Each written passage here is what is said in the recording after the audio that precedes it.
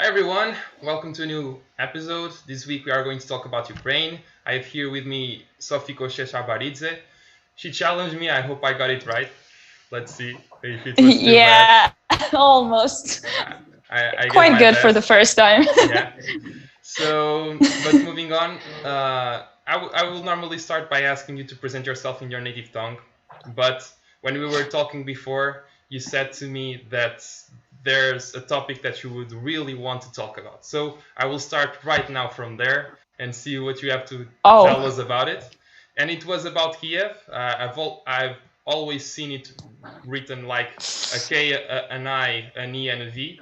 And I noticed yeah. that you were writing to me in a different way. So you were writing with a K, a Y, an I, and a V.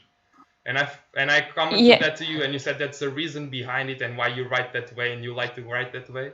Would you like to tell us about it? Yeah, it's I can't call it an issue, but it's something that, well, it matters for me, personally to me. Ukraine is the country which has their own language, which is called Ukrainian, and in Ukrainian, our capital is Kyiv, and if even when you're reading, it's the spelling like Kief. You can hear it's like you're saying it's like Kiev, Yeah, it's and different. in Ukrainian, it's like you actually hear this difference. So Kiev is the spelling for the Russian way of writing and saying our capital's name. Mm-hmm. But as I mentioned, our state language is Ukrainian. I prefer to use Ukrainian spelling. Yeah. However, the thing is that in when you Google Google it and you see Wikipedia, there is Kiev as the first thing. So they have it like the Russian therein, and then in brackets they have Ukrainian spelling, and that is so awkward. And I was actually checking if they are going to edit it, and there are like lots of debates or something. I just couldn't clear out what's going on, but lots of people were writing about that. Also, if you're, I'm quite sure everybody is going to Ukraine someday. So at the airport, you will most likely see it also as Kiev, because in the international airspace thing spelling system, whatever it is, it's also basically the Russian spelling of our capital, Yeah. and they can't change it like just like that very simply. But that's something that I usually teach foreigners, Yeah. like not all of them, but recently I noticed that I ask them, I teach them how to pronounce Kyiv correctly, because it's quite difficult for most of the foreigners, and the sound is quite weird for you guys, and which is totally fine, And I told you that we actually had this campaign that is called Kyiv, not Kiev. I'm quite sure you may Google it. It was created by our, I assume it was related to Ministry of the Interior, I guess, or somehow related to it.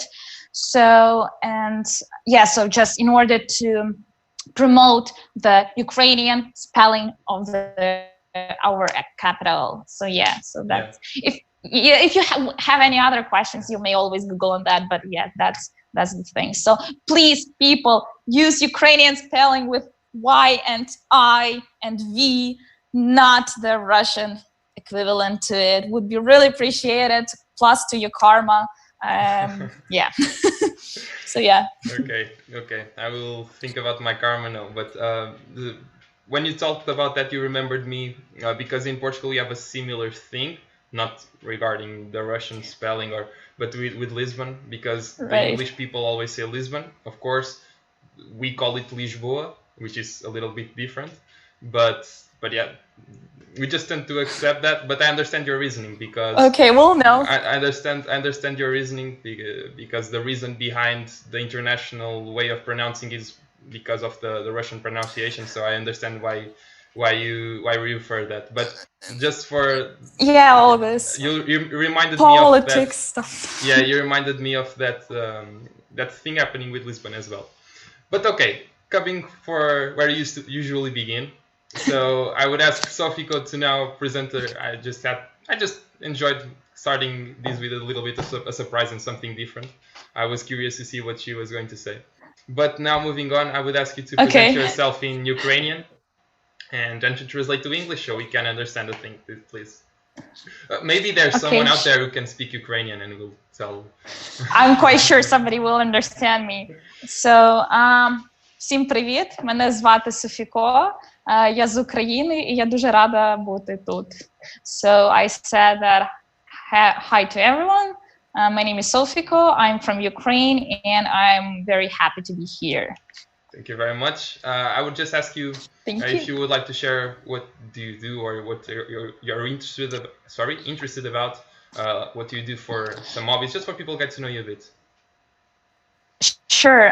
So first of all, just to make it clear out, though my name is Sofico and you pronounce my last name, which is Sheshaberidze, it's actually not Ukrainian names and last names. It's purely Georgian names and last names. So if you see somebody with having last name with ending with ze or shvili, is definitely Georgian, somewhere related to them. So, but I'm very Ukrainian. I lived in Ukraine all my life, and it's just like, you know, I have some international blood and roots. Yeah. It's a Georgian one in particular. What about myself? Well, I'm 23.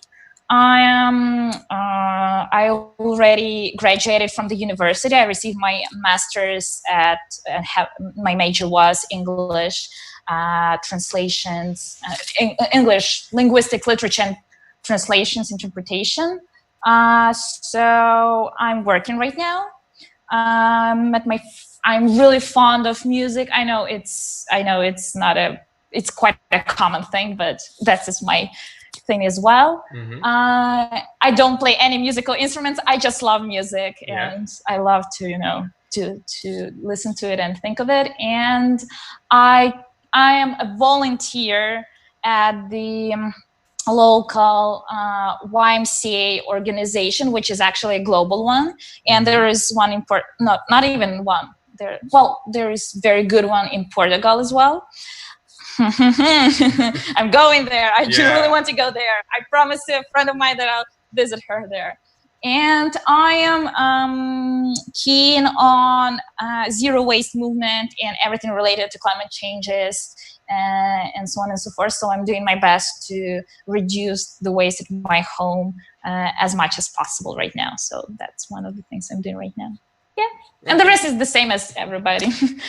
One thing I would like to ask you related with that subject you finished with, do you already notice some changes in the climate in Ukraine?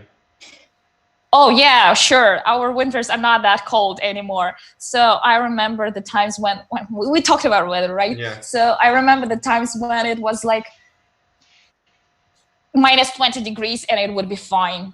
I mean, it's like it would be cold for us, but I mean, it won't, you know, it won't be a surprise. While recently, the last years, the temperature, if it's minus 10, you think, oh wow. Yeah. Plus, we don't have that much snow anymore, so usually our all winter holidays are all in snow. So the Christmas is snowy, New Year's Eve is snowy. By the way, we celebrate Christmas on the 7th of January because most of the Ukrainians are Orthodox Christians. Yeah, just one interesting thing about Ukraine, you know. So but nowadays it's just like you're actually begging for snow. You're going outside, you're asking, please let it be the real Christmas, let it be snow. And if you're lucky, there is something. If you're not lucky, there is nothing. Yeah. So yeah, and the weather is very hot. Like we never had these hot summer. Like we maybe used to have, but not we didn't have that for a while. But now the summers are very hot. Yeah. So yeah. Yeah, we have the same thing here in Portugal. Yeah. Like a friend of mine is from the Algarve, so in the southest part of the country. And he says to me that in recent years, they can grow their tropical fruits and they couldn't before. So it's really changing. Wow. And yeah, that's how things are. Let's hope we can stop it. But let's see. Bem, Well, I just taught a little bit of Portuguese without noticing. So I said bem, which means well, more or less, but it happens. Sometimes it goes out like that. But moving on. Normally here I would do. Normally here I would ask you some questions. Recently I've been doing some these or that questions, which are questions with two options, and you would choose between the two of them and give a small explanation of why you would do that. But today I have a different challenge for you. So the thing is, Okay. I would ask you to do something like you would start a sentence by "I like," and you would say something after, and then after you've done it. So yeah, starting in that part. So I like going out with friends. I like to drink a fresh soda in a hot summer day. I like something like that. So if you would do that, what would you say? So it can be a random thing? Yeah, just what comes up to your mind. I like watching films. Mm-hmm. I like reading books. I like going out just to breathe fresh air. I like pizza. I love eating pizza. I could notice that by the pronunciation you just did. I said I don't like it. I love it. Yeah. Doing that. I don't know. How long should I say what I like? There are lots of stuff just I like. Just give a final one before we move on. Okay, what else I like? Shoot. Sorry, I just my brain stopped. No problem. I hope you like doing this video. That would be a nice thing. Yes, but I like doing this video. That's for sure. Okay, great. Now I would ask you what you don't like. So to start a sentence by "I don't like."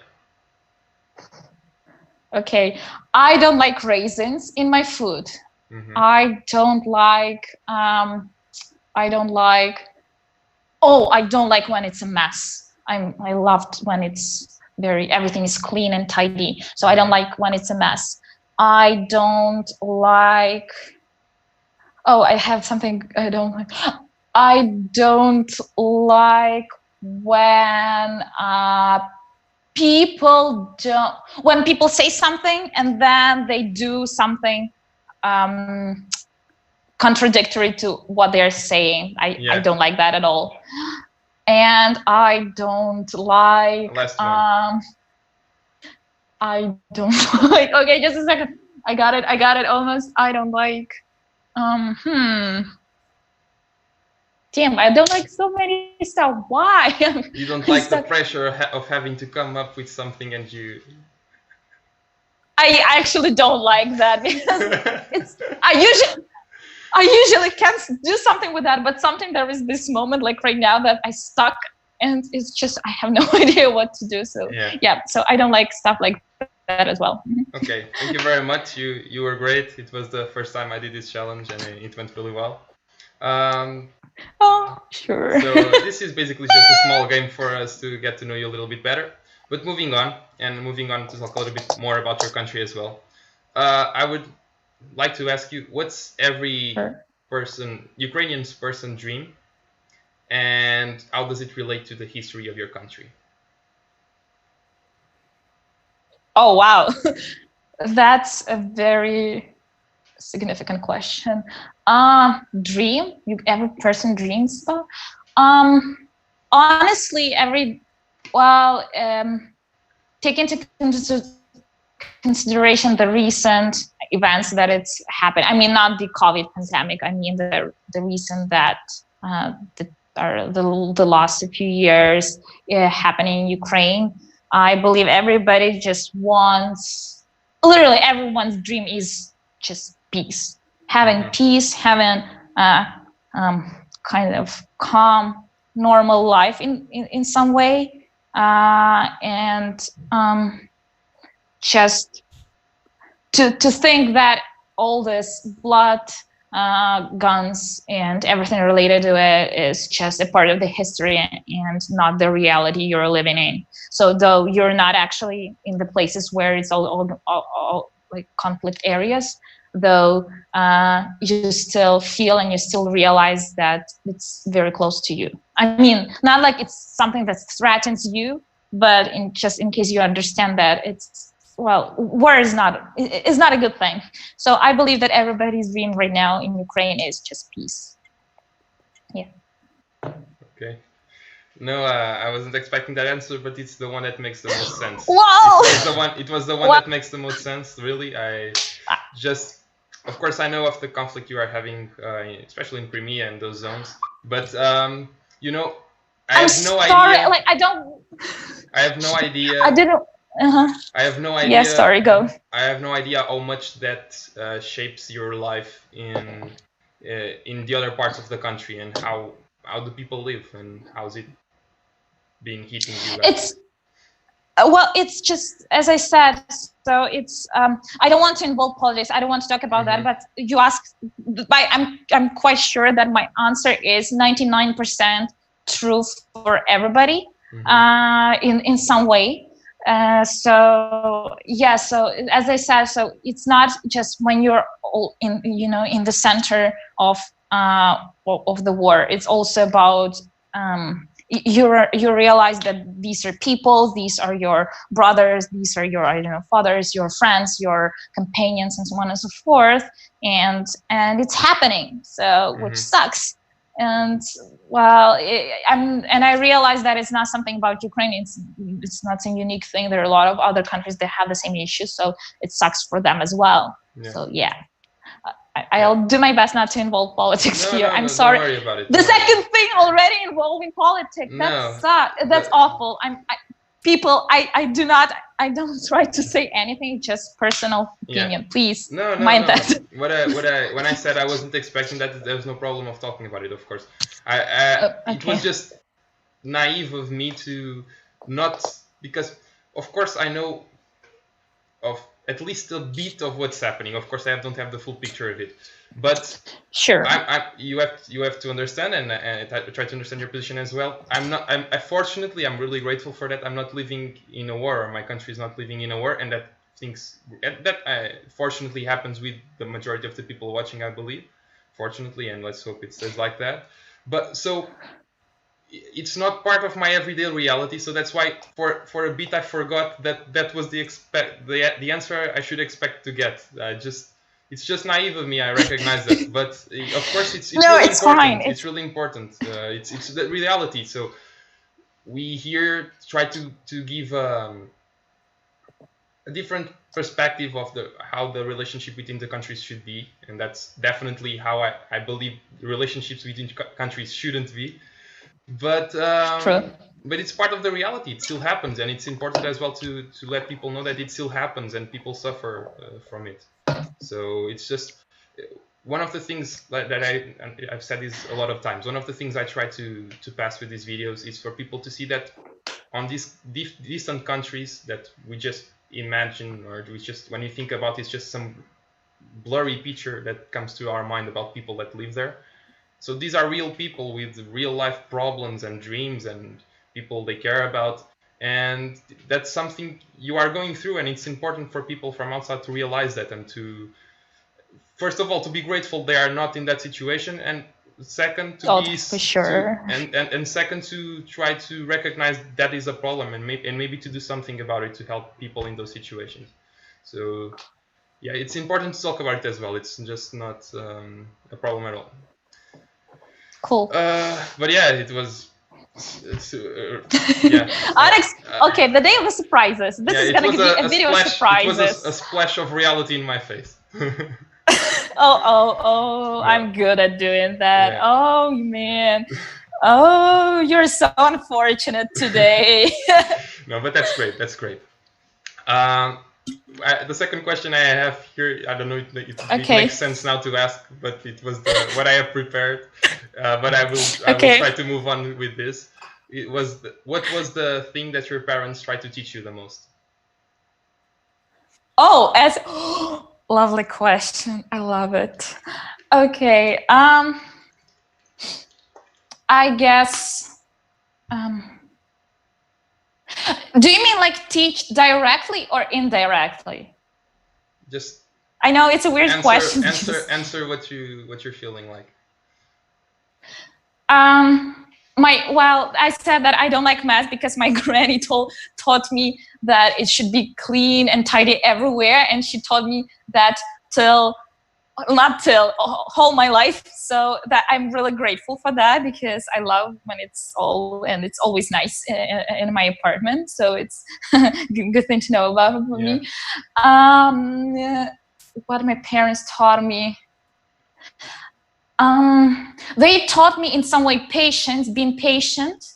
It's a tricky thing, because I'm choleric, so I can get out of myself very quickly, mostly, not always. So, but in some way, in some great matters, they told me to be patient, and I'm really grateful for that. As well, they taught me to respect people, regardless anything. Just people, like person is a person. You should respect him or her. And something they taught me, in one of the other things they taught me indirectly, is what is also that, as I said, I have Georgian roots, and our family is quite multicultural in different ways. So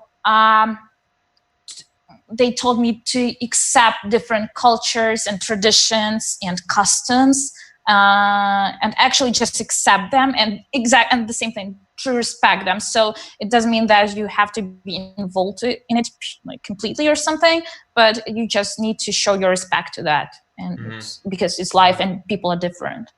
Yeah, I guess these are the main things. Okay, nice, really nice ones.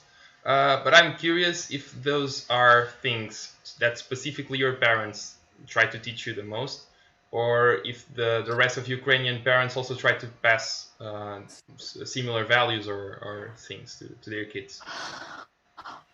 Well, I believe it's basically the same for everybody, but I don't know. Well, to be frank, I love Ukraine. I love Ukrainian people, but lots of us are quite intolerant. So, and youth is changing its attitude to it. To different topics related to tolerance. But so it's like tricky, because I know that my parents always taught me to respect other cultures, other people, and so on and so forth. But at the same time, I realized that like our parents, not all of them, but some of our parents have like this intolerant attitude to some particular groups of people. But in general, I'll believe that most Ukrainians have the same values. These are respect, these are for freedom. Most of Ukrainians are very hardworking. We are always taught that it's necessary to work hard to achieve something in life and gain some knowledge and experience. I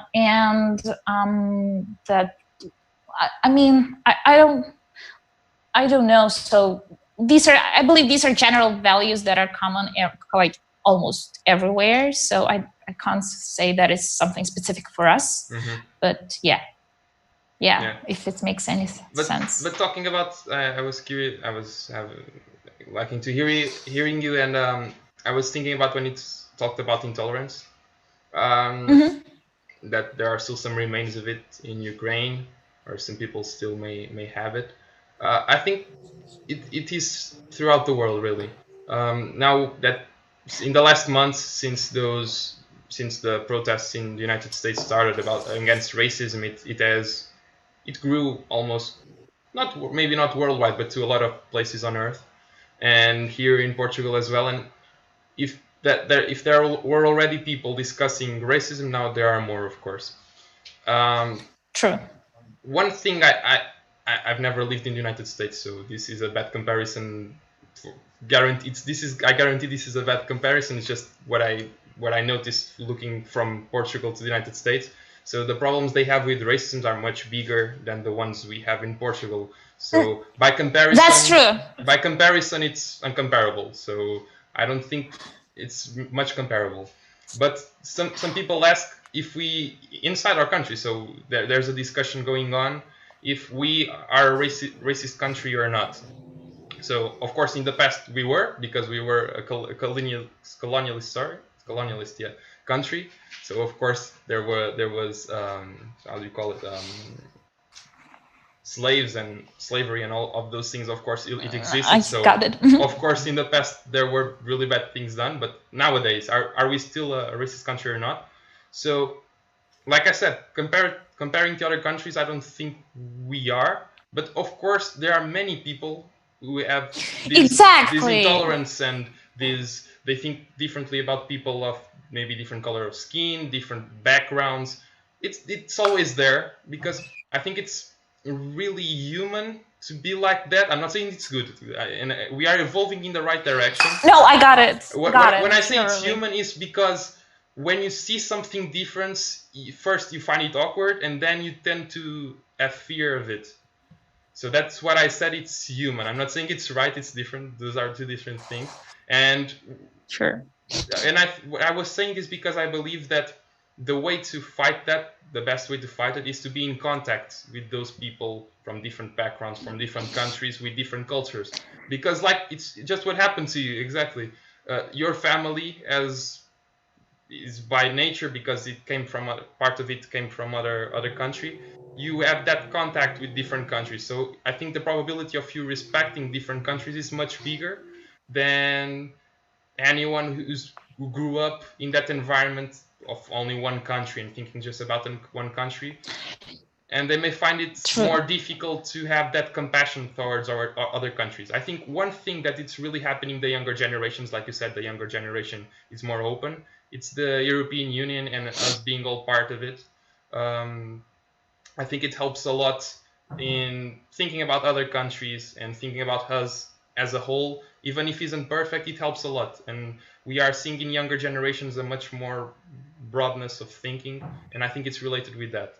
And things like this video, I hope, and other things that promote the knowledge about other countries and other culture, I think helps to break that wall of ignorance, because it's ignorance in the end, because we are all equal in the end. So, and it's the best way to fight that intolerance and racism and other things. At least that's what I believe. I'm not sure what you have to say regarding what I said. No, I absolutely agree with you. So yeah, so like I have nothing to add, because I actually have the same opinion. So true. Okay. You talked a little bit. I had another question here prepared that maybe it's related with what you said, but you can highlight one of them. The question I had here is, what's the most valuable quality a person in Ukraine might have? You talked about many of them. Would you like to choose one? Would you like to add another that's the most important one? Ooh.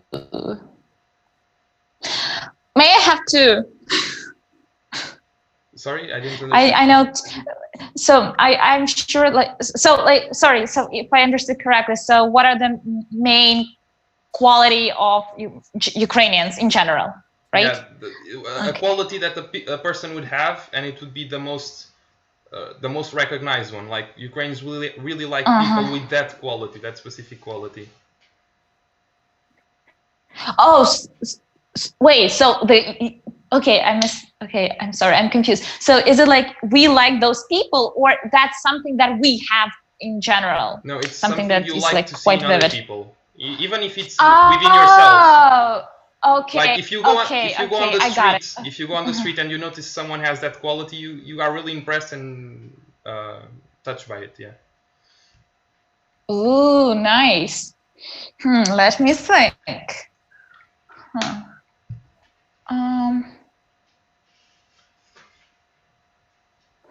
It's a tricky question, you know. I guess this is something that I feel that there is this minor difference between the generations. So I feel that for something that was super valuable for older generation, for our parents, is also valuable for us, but probably like, okay, I consider myself millennial, Just explain what's going on in your but it's mind. not that if for Zoomers. Okay, as I already mentioned, I said that Ukrainians are very hardworking people and they really appreciate when other people work hard. But I won't say that they actually appreciate that. It's like common thing. So it's not like, so it's just a common thing for us. So, you know, you won't feel that anything excitement or anything about it. It's just something you take for granted. Yeah, you don't get impressed. You just make a checklist of it, like check. Kind of. I know it sounds weird, but I mean, I'm quite sure it's something that might happen with anybody. Shoot. I would say again respect, but I don't want to say the same thing again. Get respect. Because we admire those who show respect. And easy go. Damn, you made me. No, what? you actually confused me. It's something worth thinking. I have never been thinking of that, to be frank. You promised me a hard time. Maybe I'm just getting revenge. Oh, I thought of that right now. I was like, damn it, why I said it. Okay, that guy is doing some. But I think I got it. It's like you like when people show respect to others, especially when it's more respect than you would expect. These are similar questions, but yeah, probably. Like if someone with a that's one funny thing I see. People really like people from outside, I believe, really find it funny how our president in Portugal sometimes go out on the street because it's quite informal and goes mixture like a normal person would go to the beach, to the supermarket, and people like to notice that. Maybe it's something like that. Someone with possessions or someone in a position of more power than other person would show the same respect for that person as they would for someone in the same level of society like they are. This talking about levels of society is a little bit bad, but you understand what I mean. Yeah, sure, I got it, no problem. Yeah. I got it. I don't know about the rest, but I got it. So it's well, yeah, basically that's what I mean as well. Plus, maybe we do like when you feel that you can trust that person, because we're quite hospitable, so we're quite open people. Though we might not show it from the very beginning, but we are very hospitable and open in a way. So that's why it's very important for us to see that person respects and worth our trust, kind of thing, I assume. Yeah. I need to think more on that.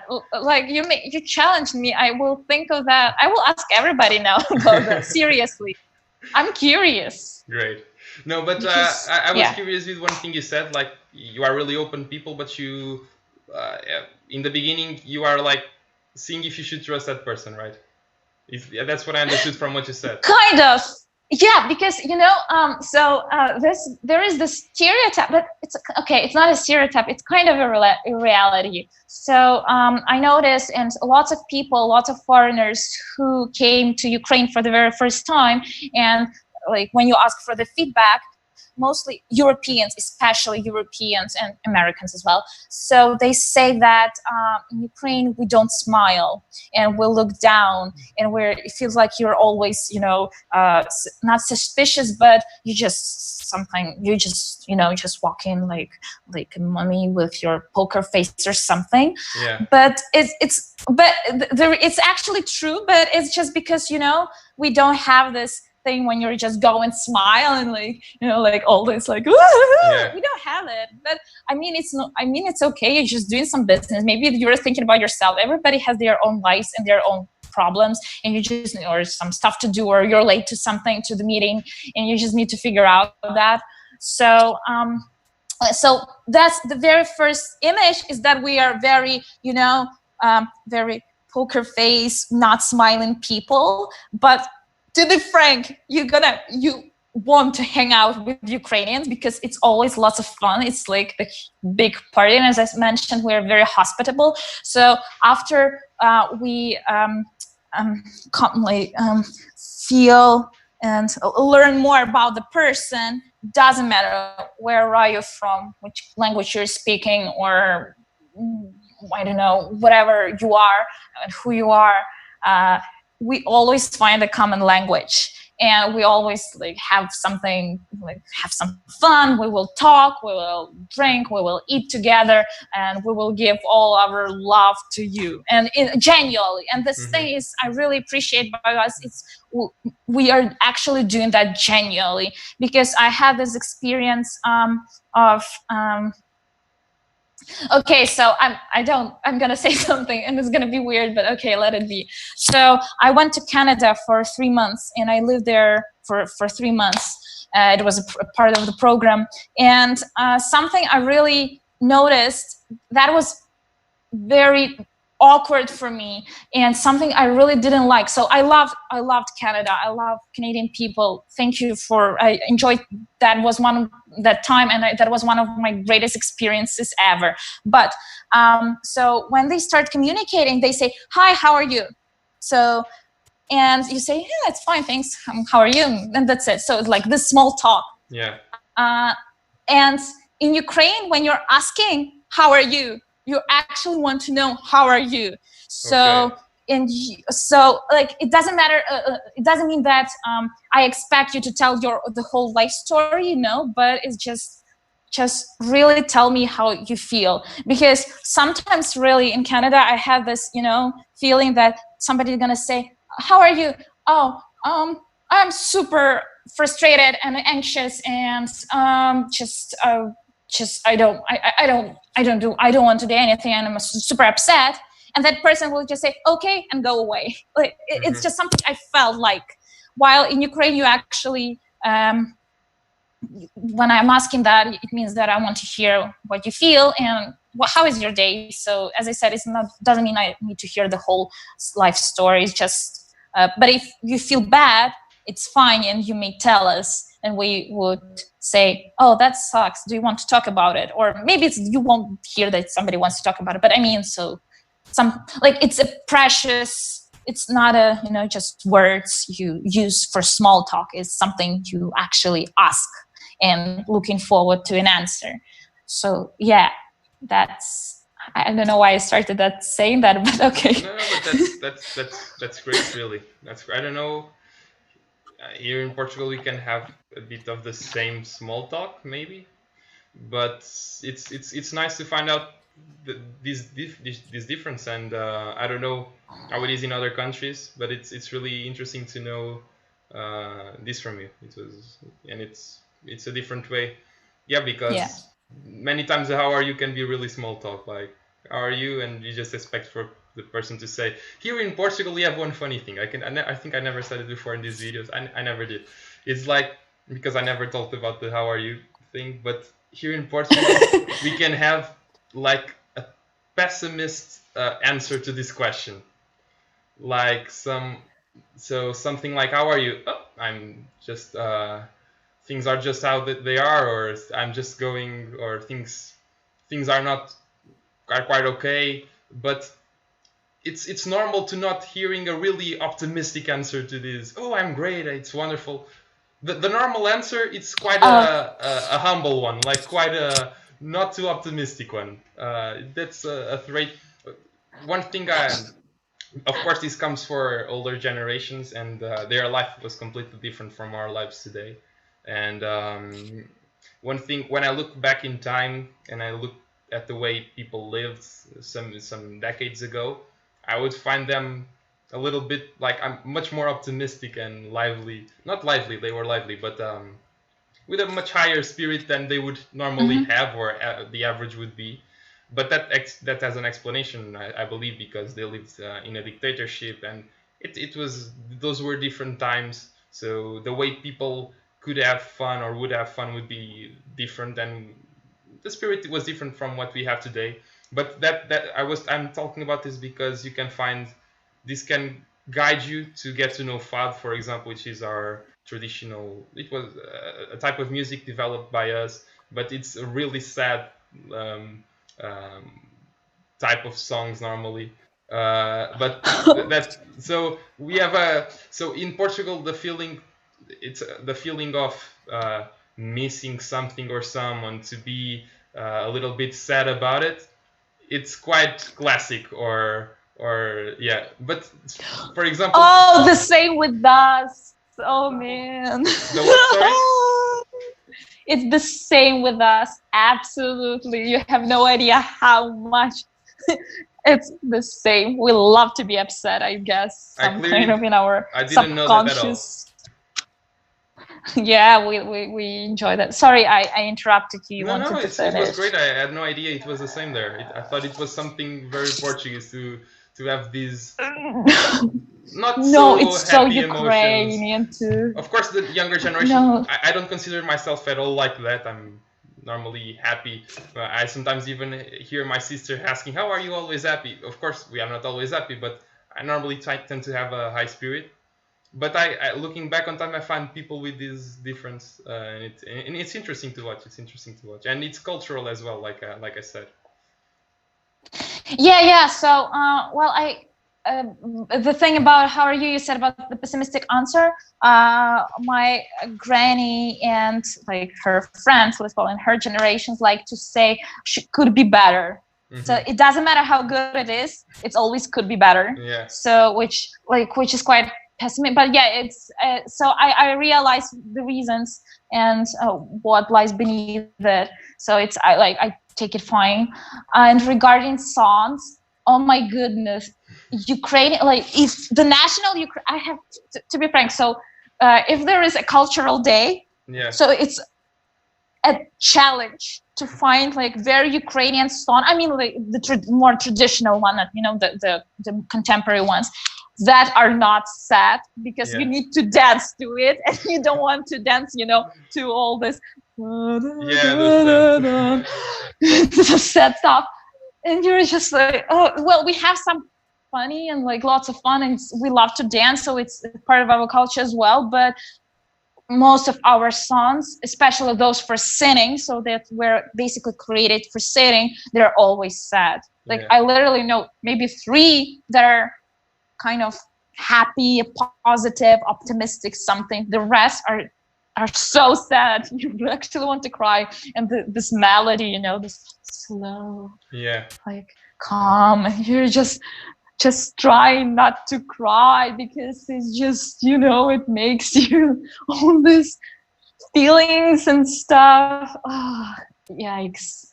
Yeah, and I completely understand. The thing here in Portugal is that for parties or things or small hometown parties or things like that, we have also a kind of a light music, like popular music that it's quite lively and people like to dance to it.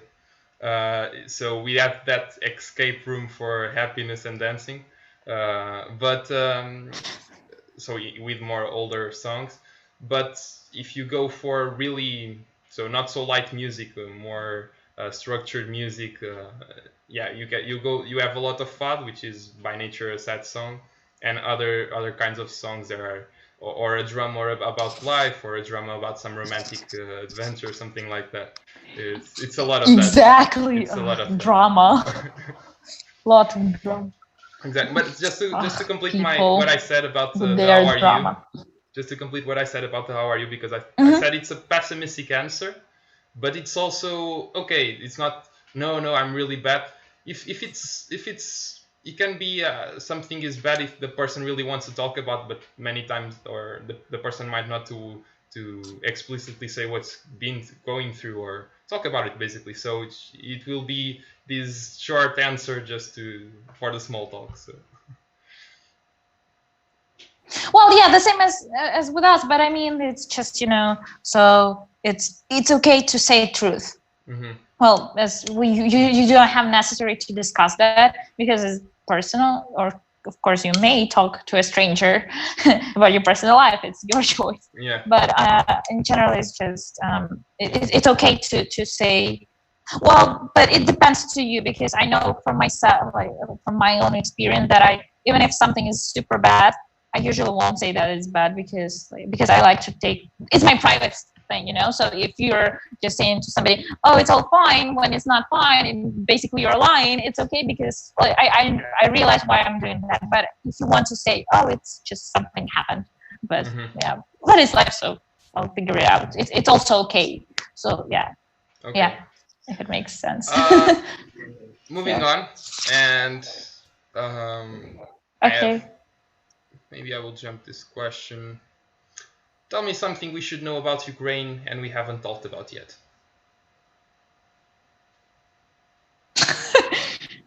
I hate this question.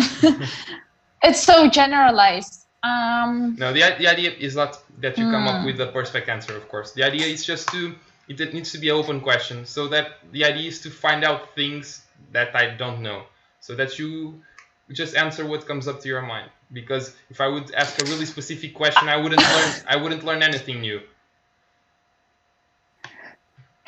Okay, something. So the first thing that pops in my mind is that Ukraine has. So in Kyiv, our capital, there is this. We have metro, right? And in Ukraine, there is the. How you say it? The deepest metro station. I guess it's even in the world. So it's 107 meters beneath Earth. So yeah, it's okay. Oh, come on, man. Well, it's the first thing that pops up in my mind. I don't know. I really love this fact. I just enjoy it. Okay. Is it warmer there? Well, no, it's not. Well, it's the same temperature the whole year. So it's just. No, I was just kidding, because you are. It's not something. So you just yeah, I got it. The cold winter stuff. Yeah, we have it. We do. No, I was just asking because you are closer to the center of the Earth, so it might be really, really hot. Oh, okay. Okay, thank you. Not that close. Let me. Wait a sec. Let me think. What can be? So, anything to learn about Ukraine? We have. We are a very touristic country.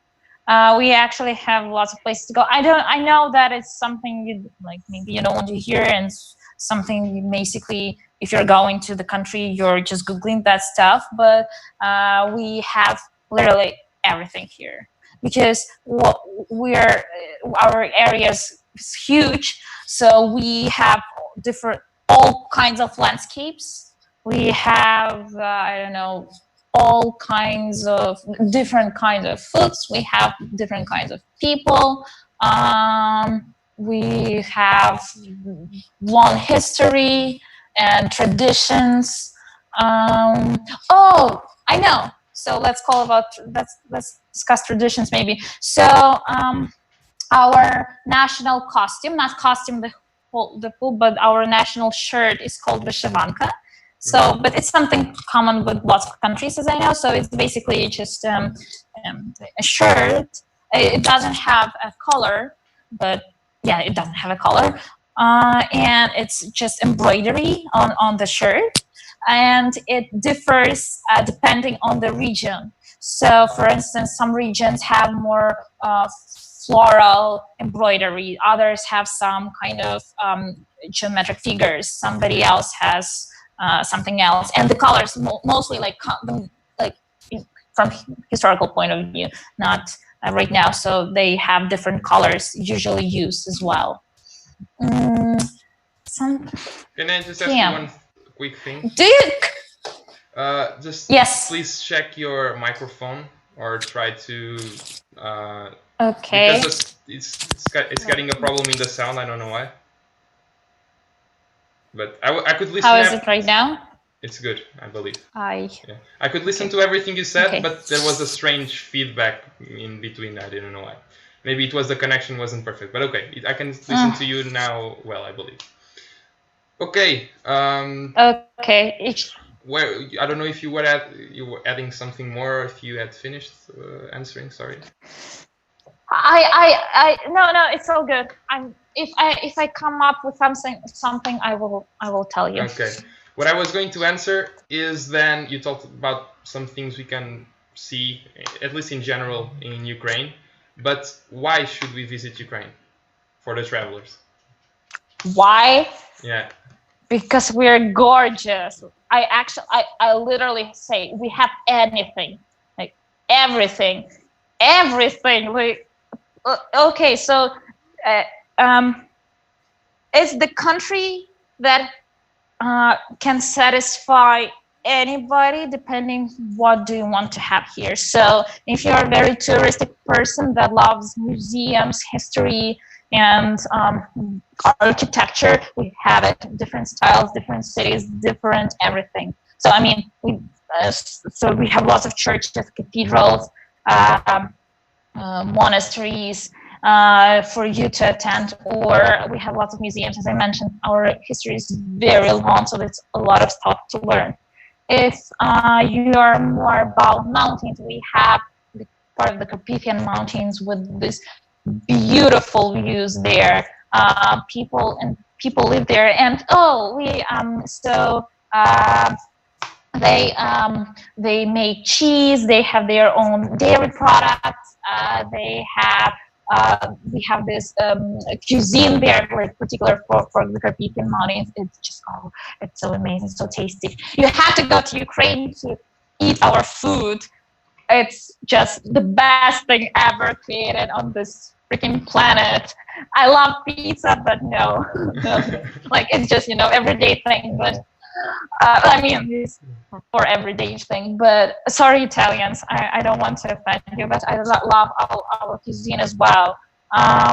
You should go to Ukraine because we're very hospitable, and we love to we we love to communicate with other people. And well, of course, there are some people that don't like it, but in general, we do love it. You have to visit Ukraine because it's definitely worth visiting. I know it's my country, and I'm so proud of it. And if you come to Ukraine and you have a bad feedback on that, I mean, just tell me. I'm curious to hear about that, because I'm quite sure, of course, there might be some awkward situations, some bad experiences, but it might happen everywhere. Most likely because it's related to some miscommunication or misunderstandings or something. But in general, why?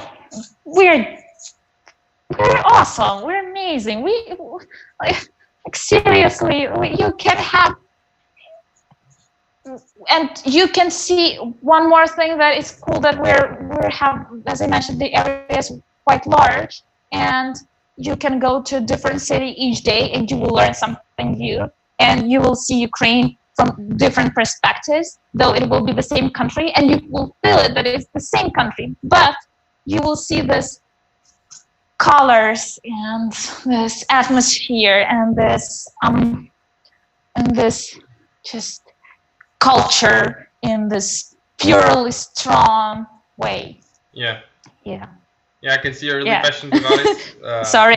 That's one of. Of course, I am passionate about it. My country. No, that's what I was going to say. It's funny because it's really easy to have these conversations, because every time we are talking about our countries, we are really passionate about it. So, and our culture, what we've been through while growing up. So it's normally really easy to talk with people about these things, because we are talking a little bit about who we are and what we love. So it's great. I don't know if it is a connection, or if it's really the microphone. It was still giving some feedback issues, but I will just move on with it. Maybe it's my internet is also this weekend is also not. I actually. Yeah. I think this weekend I am having problems with internet as well. It might be my fault as well. I'm not sure, but maybe we can move on I don't know. and forget So about sorry. it. Sorry for if you experience the feedback. But, Yeah, let's try. But moving on, No, it's all good.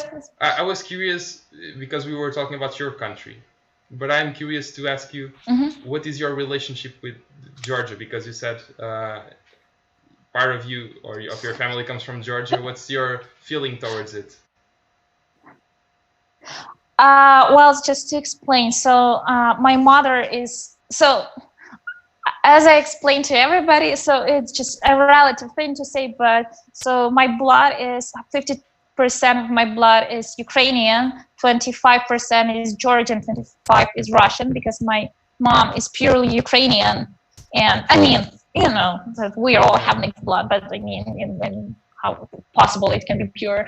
And my father is half Georgian, half Russian. So, so that's why my last name is Georgian, because like my father has Georgian last name, right? And my name is just happened so that it became Georgian. Well, my parents decided to have it a little bit, exotic or something. Yeah. Because even for Ukraine, so just for everybody. So for Ukrainians, it's weird when I say my name, because for us it's Sofia, like not like in most countries, but to my ID I'm Sofico, which is weird thing for most people. No, not Georgians. The only people who are not surprised are Georgians. Yeah. Well, the only thing they're surprised because I said I'm Ukrainian and my name is Sofico. They were like, what? Okay, let's continue on that. My relations. Oh well, I love Georgia as well. I find this country. We have lots in common with Georgian people, and I feel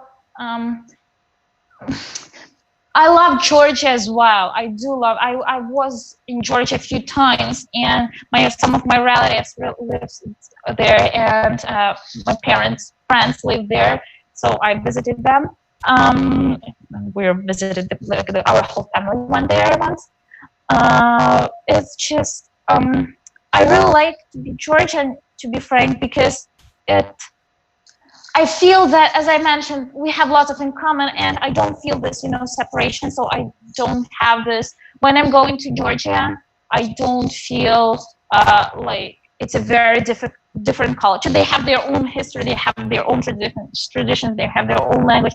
Of course, I'm not trying to intrude into it, but I mean that it's just the atmosphere is basically kind of the same.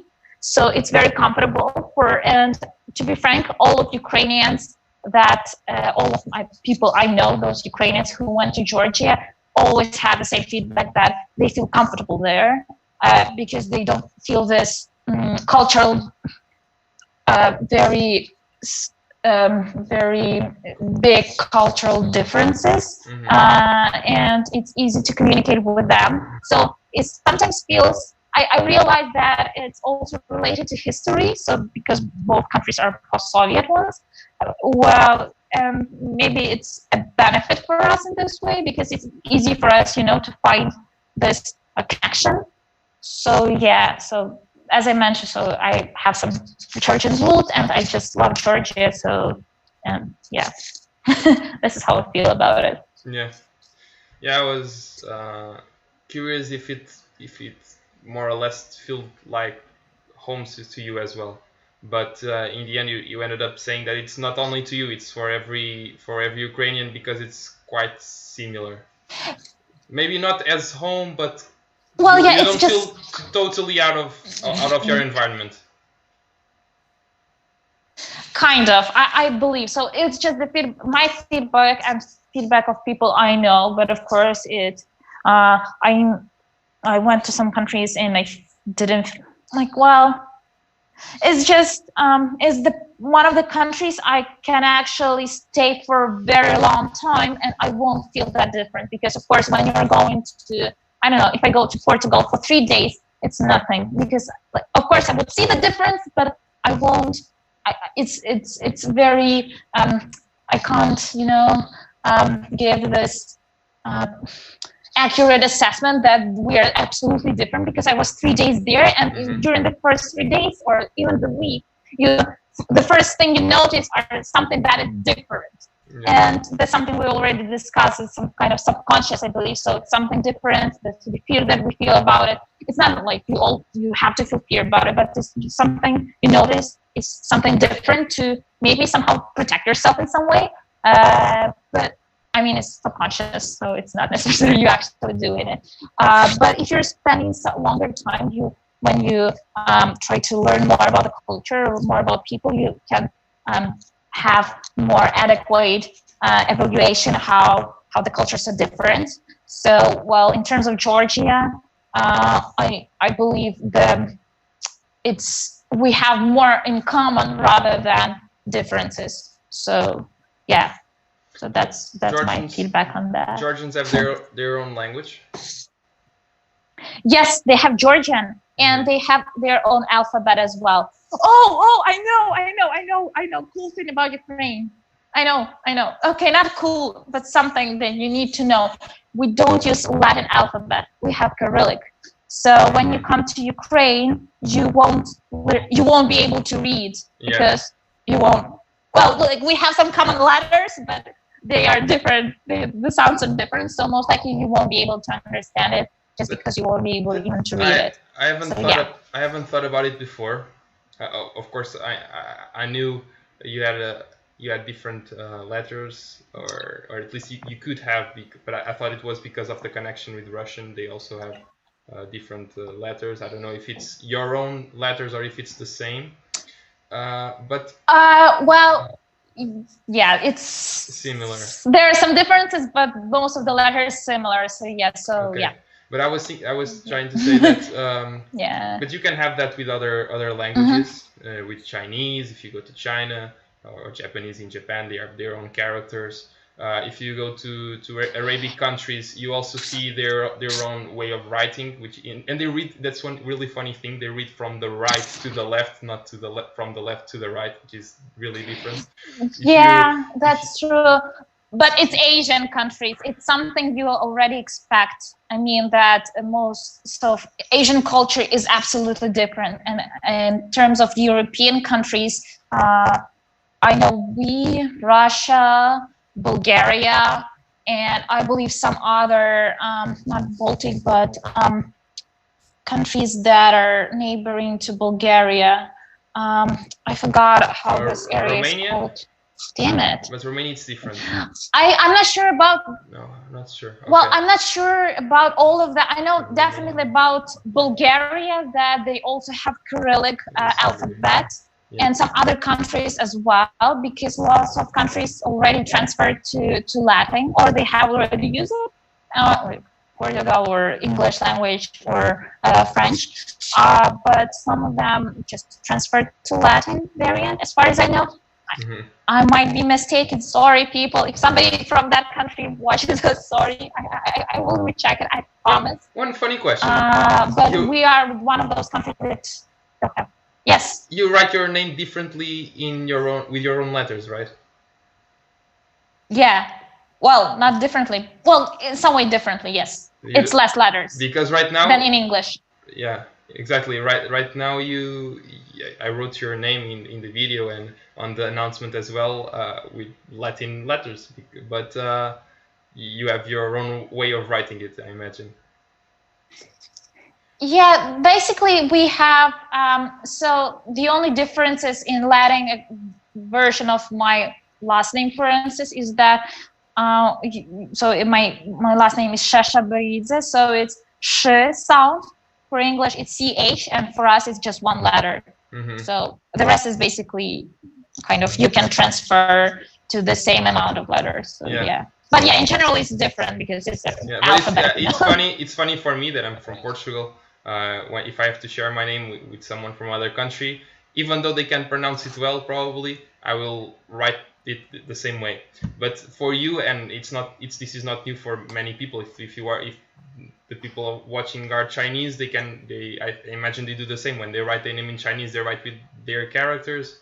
When they write to someone outside, they write with different letters, of course.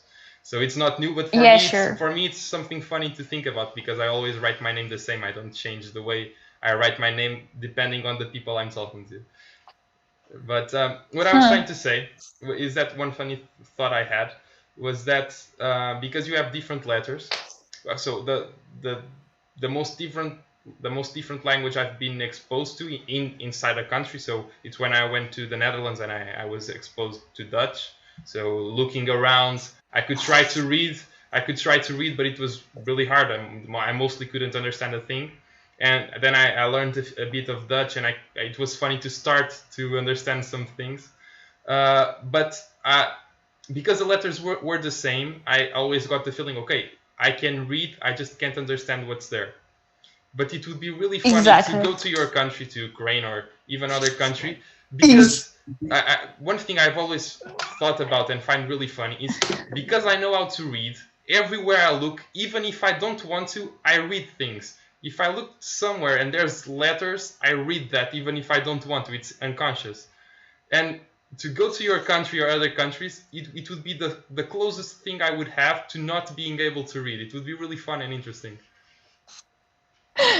Okay, so now you have to go to Ukraine to challenge yourself for that. Yeah, I never thought about it, but when it's you said possible about to. the different letters, I started to think, and that should be the closest thing possible to that, because of that, yeah. Because in the end, Probably, yeah. they just seem like symbols, and yeah, I couldn't Yeah, defer the kind of. symbols. I would say, but I'm not sure. It would be fun to see. It would be fun to see. Okay. I don't know what time. 1 hour and 5 minutes. Okay. What's your most cherished memory from all this traveling? Yeah, just talk a little bit about the countries you visited, what you liked about them, and what's the most cherished memory you have from all this traveling? You said you were at Canada. Uh, yeah. Well, there was time. There was a period in my life I was traveling a lot. Unfortunately, like it's not related to COVID right now. Oh, like it's related to COVID as well, but I mean, right now I don't do that much because I'm working more. And when I was a student, I had more opportunities for that and more free time to do that. I went to quite many countries and I really enjoyed it. So I went. The first country actually I went. No, the first country was Poland because we're neighbors. I mean, this is country our neighbor. Also, I really one of the most exciting travels I had was, as I mentioned, in Canada because it was the only trip where I spent 3 months in a different country because usually regarding the rest it's like a week, maybe 2 weeks maximum. Another country I really enjoyed, I just loved it, was Malta. I visited Malta a year ago. It was, yes, it was the part of, I participated in the international program. It's called, wow, goodness, how is it called? Sorry, Leadership Academy. It was related to leadership and other related topics. And we had, so it's a YMCA program, and we had like 3 sessions. So it was like a year and a half. It should be in a year, but it took longer. So in a year and a half, we visited 3 different countries where we had 3 different sessions and different topics we discussed and learned about. So, and one of them was Malta.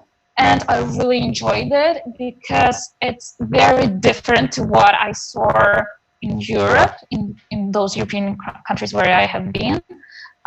It's a mix of Arabic culture and Mediterranean culture, and it's actually a real mix. So you see this, you feel it, and it's something amazing and unbelievable. So I really enjoyed it. And another, oh no, probably my loveliest trip was to London. Story of my life. So when I was 4 or 5, I said to myself that my biggest dream is to go to London. So imagine a little girl of 4 or 5 years old that already aimed at learning English that good, so I would be able to go to London. So basically, the reason I was learning English at school, though my school, it was gorgeous, and I mean, not gorgeous. Okay, sorry, it's not a good word to say. It's very good, and they provide high quality for, especially in learning languages, in particular English. So I just told myself that I have to learn English, because if I want to go to England and to London, I need to know language to communicate with people. So since before, I was literally aiming myself and doing everything to learn English as good as possible, like to the highest level, to the native level, to the fluent level.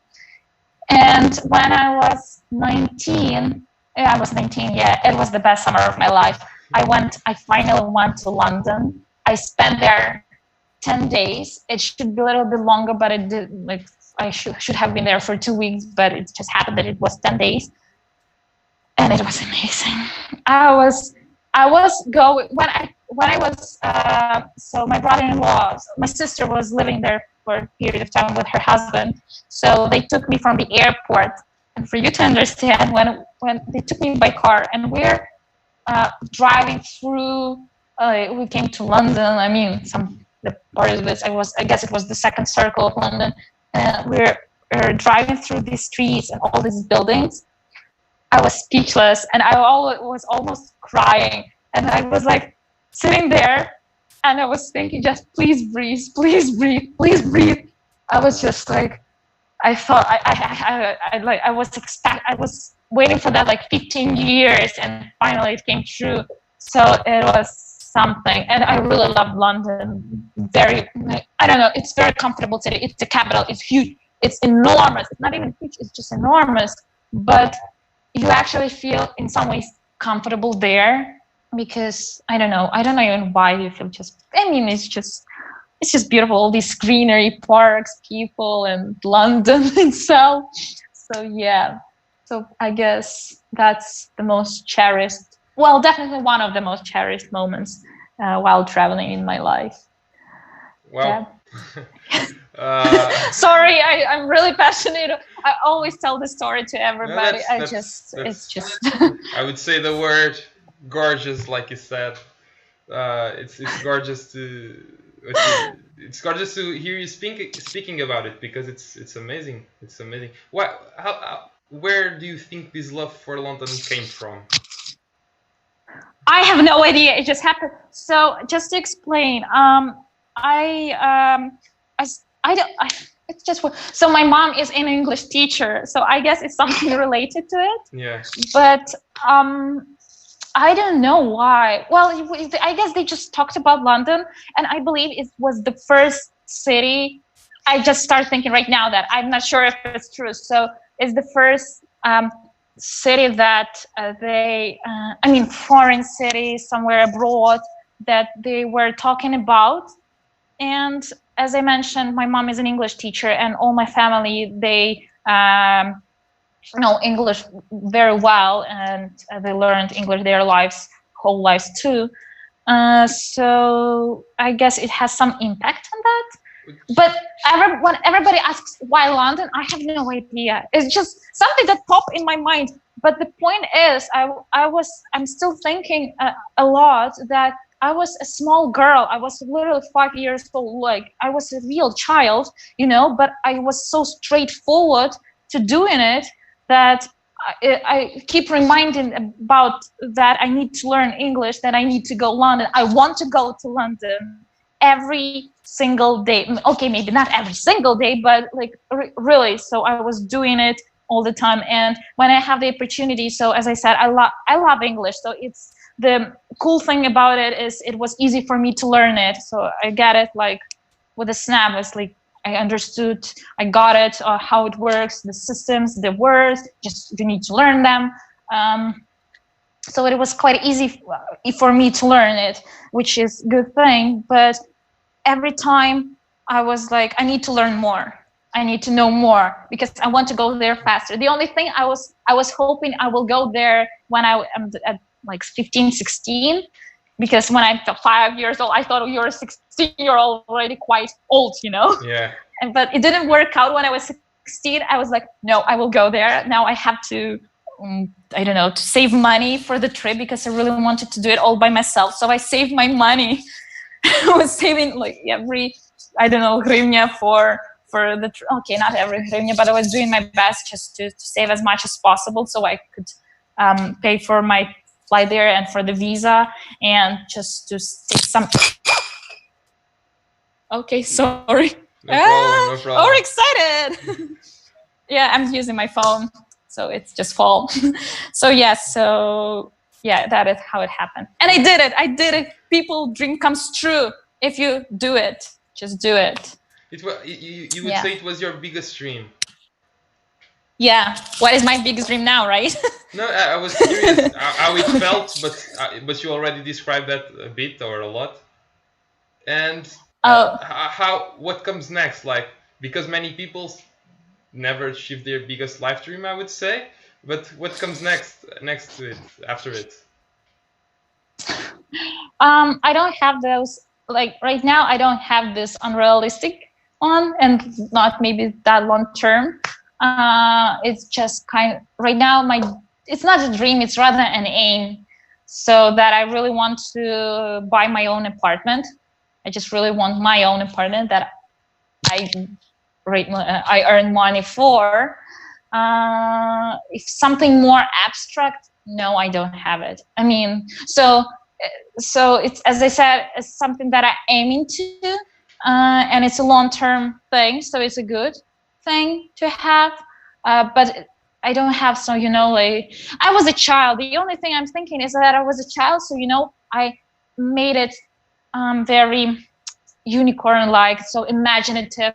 So that's why I was so always passionate about it, and it was a real, true dream, like without any possible drawbacks. Well, right now I'm an adult, so I realize all the pros and cons, and benefits and drawbacks of something. So yes. It ended up being a lot like you realized, like you dreamed about, because you really took the most of that moment. Mm-hmm. Oh, that's true. So I need to go there again.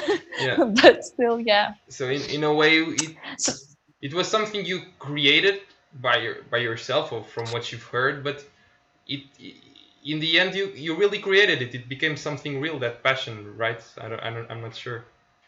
Yeah. So yeah, no, you're absolutely right. Yeah, correct. Yeah. So yeah, every passion we have, it might have no value for other people. Yeah. So it's something we like. We just happen to like, I believe. I'm not sure, because yeah. But I'm really happy you got to realize your dream. It's amazing to hear you talking about it. Thank you so much. Thank you so much. So one question I had here prepared, and I think it's a really funny question, is when will you have traveled enough? When will you have traveled enough? When would you look at, say, it's enough, I don't need to travel more? Never. No, never.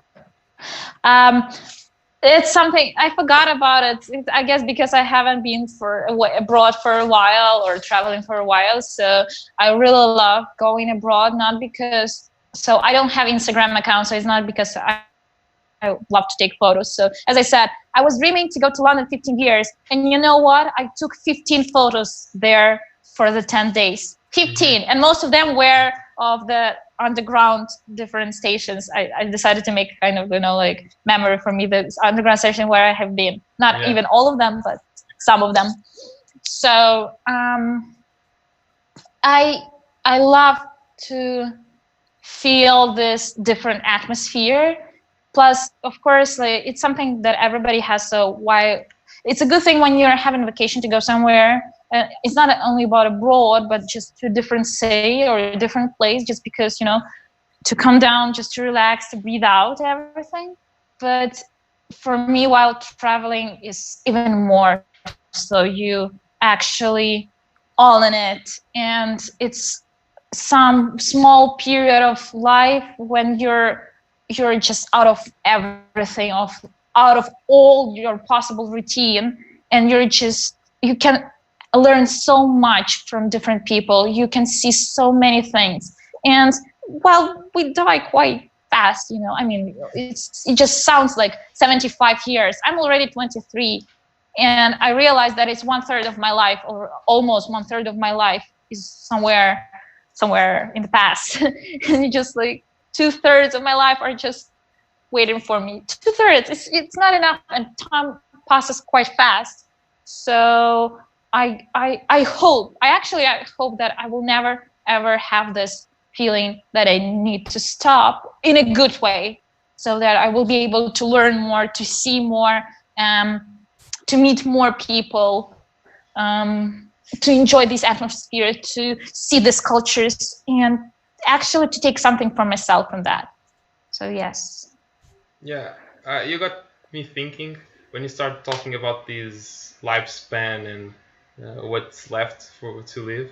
You got me thinking to a similar question, but different. But it would be, when would life be enough? Like, what would you have lived enough? Because it's told me that, oh, it's really a small amount of time, and it's already 1/3 of it has already gone. So you were more or less concerned about it because you feel you have a lot to live, I imagine, and that's great to have that excitement. But that gets me thinking, when would it be enough? Because you were talking like it would never be enough. Well, it won't be it won't be enough when you're young. I mean, of course, if you're young, it's like it could last almost for a very long time. But I'm quite sure you get bored, So if you live too long, you just get bored. But we don't have an opportunity to live, 300 years, 500 years. We just have less than 100. And so yeah, but of course I will. It just sounds like, I'm very a person who is moving around all the time. No, I'm not. I'm very, especially these days, not these days, but like the last year, maybe half year, I'm very home person. Nonetheless, it doesn't mean that it's we have just to stay at home and to be in our own boxes when there is the whole world around. And as we talked with you, that it's huge first of all, but it's reachable. And when there were times when it was difficult to go to, I don't know, to the US, and now you just, for instance, from Ukraine, you can have a flight for like 10 hours and you're in New York from Kiev. So, which is nothing. So it's I don't know. So why not to try it? Why not to use this opportunity and learn something and to see something? And you will remember it. It's an experience, and experiences always stays with us almost forever. So why not? I was thinking about what I asked you, and I think I was thinking that with the right mindset, if you can keep excited with things, I think, yeah, probably you could still live more and more and be excited about it, or at least interested in it. Because it's all, if you could live 500 years, things changed a lot in 500 years. Like, you would be really excited to be able to communicate by the internet or to have your smartphone, because it's things that didn't exist at the time. So maybe you wouldn't be bored. Maybe there's just a stage in life in which you accept that, okay, I had a great life, so it's okay, but probably you could continue and move on. But yeah, but I wasn't thinking about asking this. I just got curious with the way you talked about it, so that's why I asked. Oh yeah, another debatable question we have no answer to. Yeah. Will you get bored if you live 500 years? Yes or no? Why? Yeah, we can ask some animals, because I've read the other day that there are some animals that live 500 years. I don't know. It's a kind of whale or shark. Oh, I think it's a shark. A shark in the Arctic. Sharks. In the Arctic. Yeah, in the northern. Yeah. I know that there are kinds of jellyfish that actually could live forever. seriously. Like Forever. they live, like they can live. There is something that their lifespan is just almost limitless. There are just some basically if nobody eats them, they can live. So that's Okay. the That's so interesting. so it's very generalized. But I actually read something about, I guess it was some jellyfish or something, that they basically can live for quite long. Yeah, and different kind of sponges or something, they live for thousands of years. So yeah, thousand for sure. Frankly, I was watching a TED Talk video about why lifespans differ depending on animals, and they discussed it, and it happened 3 days ago. So yeah. I don't know if you are talking about the same video I watched some days ago, because I watched a similar video some days ago. It wasn't a TED Talk. It was on the TED Ed channel videos. They are short. Yes. I think we yes, just it saw, was the same. Yeah, and I watched it. I don't know if it was yesterday or 2 days ago. I think not 3, but 1 or 2 days ago. Oh my god! Super Can you awkward. imagine we were watching the same video probably at the same time? I Oh don't my know. goodness! I don't know how good the YouTube algorithms are, but it's impressive. It's impressive. It is. It's impressive. Oh wow. Okay, we just beat the odds, I think. It's really funny. That's for sure. Okay, I got speechless now, but let's see. I don't know how much time we have now. 1 hour and 25. Yeah. I will ask you. It's okay. I have still some questions here, but I will just take 1 or 2 of them. Okay. Yeah, I have 2 really funny questions here. I'm curious to see your answer. Who is your best friend? And if you had to say goodbye to that friend and never see him or her again, what would you say to that person?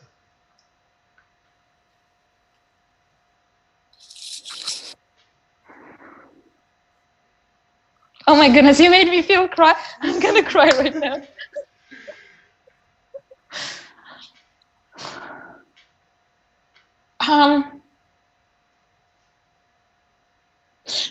Sure. Only one person, right? Yeah.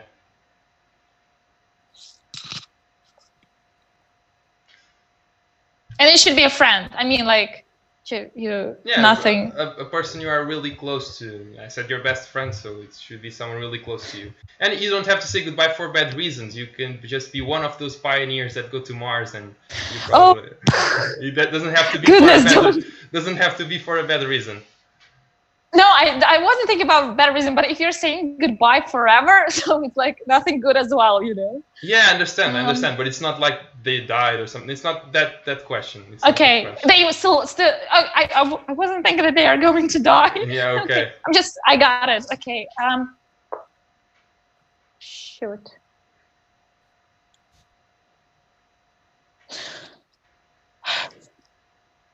Okay, it's gonna be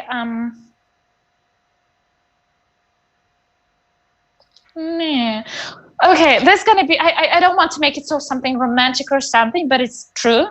I guess that the closest person to me right now is my boyfriend, and it's not like, and we do have spend lots of time together, and I really. So it's not like only romantic ship or something. It's I truly believe that we are good friends as well. So, and he knows so much about me. I'm unfortunate he. So, and the last thing I would tell is, I guess I would say, I love you, and thank you for everything, and it's gonna be all fine, something like that. It's yeah, it's gonna be very briefly, because I most likely I would be speechless, and at that moment I would hug that person rather than say something and cry a little bit. So yeah, but that is my answer. Yeah, it was great. It was great, because sometimes it may be difficult to express by words what you mean. Yeah, and hugging is one of the best ways we have to express caring for people. So I understand what you said. But the next question I had here was, do we express enough how much we care for people? for other people? Oh, we don't definitely express enough. Oh, we definitely don't. I believe that. Oh, come on. So I was reading this book. I was recommended it. So it's called Five Languages of Love. I forgot the author, but I'm quite sure it's the same. So the title is in English is 5 Languages of Love, and different people express and feel love in a different ways. For somebody to express love means to say something. For another person is to do something. For a third person is to, like, you're expressing love when you're hugging somebody. So this is the way you're expressing. And so the thing is that we express, most likely we prefer to express it in one way. So it's not like only that way, but mostly, you know. And other people not usually feel all that love that we want to say or to show to them. So so I believe, plus in addition to that, sometimes we're scared just to say something or to do something to show that love. I don't know why, because it's a human nature, you know. We're just full of fear or full of a shame or full of something. And it is awkward and it's sad because, well, like, you don't say, the other person won't know it, you know. Yeah. Well, it's just, it's like, oh, he or she knows it. She knows that I love her, or she knows how I feel about her, or she knows that I don't know, that I like her, or she's my friend. But actually, if you don't say that to a person or don't show it in other possible means, that person won't know because you didn't say it. How I can't read your mind. Though mostly people don't read each other's minds. And in addition, we are there are lots of benefits of contemporary society, a lot of benefits, and we can't. There are lots of stuff we can't complain about, really. But I feel like that our modern society is very into this individualization kind of thing. So it's important too, but it sometimes goes so extreme that it feels like some people or lots of people just live in their own boxes, and they, instead of thinking how to give that love to somebody, or just something good, they're just thinking how to get it, which is not okay, because it's and instead of expressing your feelings, especially when it's positive ones, you're just have it in somewhere in your box, and you're not going out of it, which is upsetting a little. So yeah, so I believe no, people do not express enough, at least. I understand that, and I can feel for that as well sometimes, but it's really, at least for me, it is for, I feel, that's what I feel, really. That's not even what I think, it's what I feel. It's by relating with others, from connecting with others and have that relationship with others, that I find the greatest fulfillment in life. Like the moments in life where I feel the most fulfilled and realized and happy, it's when I'm connecting with people and I'm really feeling those strong emotions towards those people. So and I don't know if it's the same for everyone, but at least for me, it happens a lot. That's what I feel. And at least with my parents, I tried to do that, like to not give anything to say. And I think I do that, and I'm happy I do, because I don't want one day to look back and they're not here anymore, and to feel that, because they always made me feel so loved. I didn't say something. Yeah, exactly. They always made me. I usually say that I learned love from them, and they made me feel so loved that I feel like I need to do the same for them, because it's what I feel, and they deserve to, because they did the same for me. So at least for them, I always try to do that, and also for my family. Outside my family, I have a little bit of a big barrier, because sometimes I feel like it's socially awkward to be so expressive, maybe.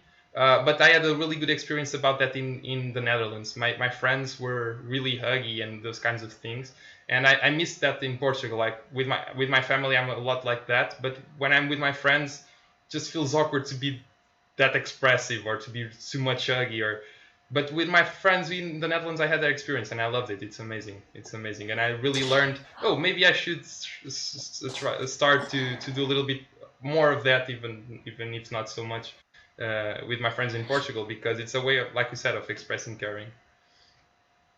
Yeah. So well, but that's the thing. It doesn't mean like it depends on people. So they may express their attitude in different ways. So if you're not hugging somebody, it doesn't mean that you don't care about that person, and it's fine. But you should make that person understand, because for somebody for whom it is important that you hug that person, it's basically you literally hurt somebody's heart if you're not doing it. But you don't do it intentionally, or it's something you expect to do, and it's just something that happened, and it's like, well, all these people with their things. But yeah, so it's just I still believe that we don't do enough, because we can do more, and it doesn't mean that to be expressive, in my opinion, it doesn't mean to be very extrovert, very open to, and you will be able to hug everybody. No, it's just, if there is a person you care about, you need to do lots of stuff, and to say a lot of things, and to show it as many ways as it's possible. And it can be only one person, but the thing that you mentioned, that something that is meaning to you doesn't mean for somebody else, which is fine. So if that person means something to you, you have to show it, that thing. If otherwise, it's just, why not? Like, seriously, why not? What would happen? Yeah. The worst thing that can happen is that you get rejected, especially if you don't know, if you don't have. Yeah, the worst thing that can happen is like get rejected, but the pain of getting rejected, I think it's a lot smaller than what you gain from sharing that love. So exactly. Yeah. Maybe the thing is that we don't have a proper balance to measure the weight of the two things, and to not be scared anymore of showing it. Well, probably. Okay. Probably, yes. I will ask you to deliver a final message to the people watching, if you would want to. Oh, final message? Yeah. Okay. Anything? It can be anything, right? Awesome. I like to give my guests freedom to speak their hearts out. Okay. Well, I spoke my heart out all the videos, so. Yeah, I noticed. Thank you for that. Well, let me think. Well, it's going to be related to our topics. People, please express your feelings to people you care about and you love. Just right now, after watching this video, just go call your mom and tell, or your dad, or any pair, somebody who you care about, or your friend, or I don't know, somebody else that you love that person, and you appreciate everything about that person. If the person is valuable to you, and everybody goes to Ukraine. Come here. We are waiting for you. Well, I know it's COVID time, blah, blah, blah. And after that, you got it. And I hope that you enjoy time spending in Ukraine. And also, one more message, keep watching these videos. I'm quite sure there is a lot of things to learn about different countries prior to go into them. So that's fantastic.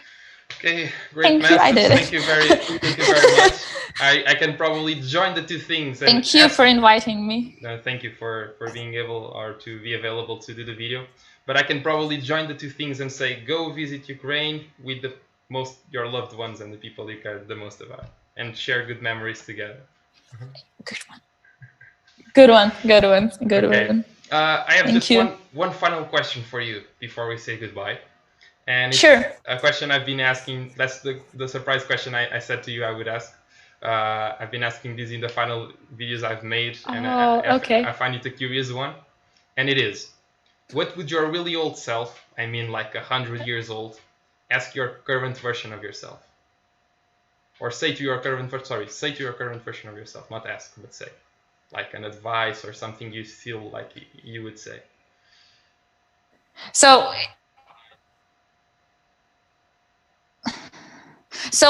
I am 100 years old and able to talk with me, myself right now, and I need to say something to the young version of me, right? So what it would be? Okay. Instead of me being here, you are having this Zoom call with your 100 years old version.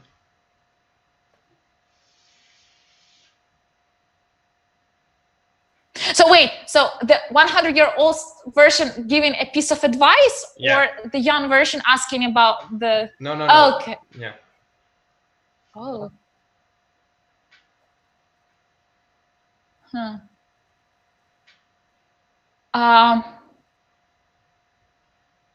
If it was a piece of advice, or something you think you would like to say, I guess, need to be an advice. It can be just something you feel like you would want to say. Yeah, I got it. Yes. I guess that one. Well, it's something that I notice older people love to say, which is a good thing for us to know, but it's something that we don't know before we are getting old enough, and wise enough. Is that don't lose the opportunities, always take them, and know your priorities. And life, it's about something kind of gonna be so standard, but life is more about in your life. So life is about what? Sorry, the sound disappeared. Oh, it's a goal. So life is about experiences and people in your life. So try to spend as much time as possible with those beloved ones, and do something that you will remember when you're a 100-year-old woman with a bad memory. So that instead of the advice, you would talk about these good memories you have. Yeah, kind of. Okay. So yeah, just do something that you will remember in 100 years. Yeah. Okay, seems nice. Okay, it was easy. It was the easiest question. Really? Oh, it was the easiest. The ones previous, the previous one that were tougher. Okay, not the easiest, but like previous one was quite tougher in some ways. So it's like, like we're telling it's gonna be a surprise charge, nothing tough, but still I was like, okay, something from come on. I didn't say it would be no, it's all good, thank you. I just said it would be nice different. I know, but I don't know. Okay. No. It's good. It was nice. I have to thank you very much once more for joining me. It was wonderful having you here. I had a wonderful time. It was really nice to knowing you. And yeah, I would like to thank everyone else watching the video as well. You, like I usually say, if you want to leave I just have a comment here from Marko Blazevic from the video about Croatia. He was the one who presented me Sofico. It was just supporting a bit here. So go Sofico, and Sofico, not Sofico, but Sofico. And Croatia is at least 20% better than Ukraine. It seems a bit of an argument. No, it's not true. No, Mark, no. It's not true. You're good enough, man, but no. It seems a bit of an argument for you both to have later, but remember not to fight too much about it. Okay. No. Thank you. Thank you very much, and goodbye to you all. I hope you enjoyed it as much as I did, because if you did that, you had a good time as well. And yeah, I'll see you next week again, and with a new country. I hope you stay tuned, and just get in touch with me if you want to, even through Facebook or Instagram. I have in the comments where you can do that, or even here through YouTube. Just comment, and I would love to know what you think about this. Okay, see you next week, and till then, bye bye.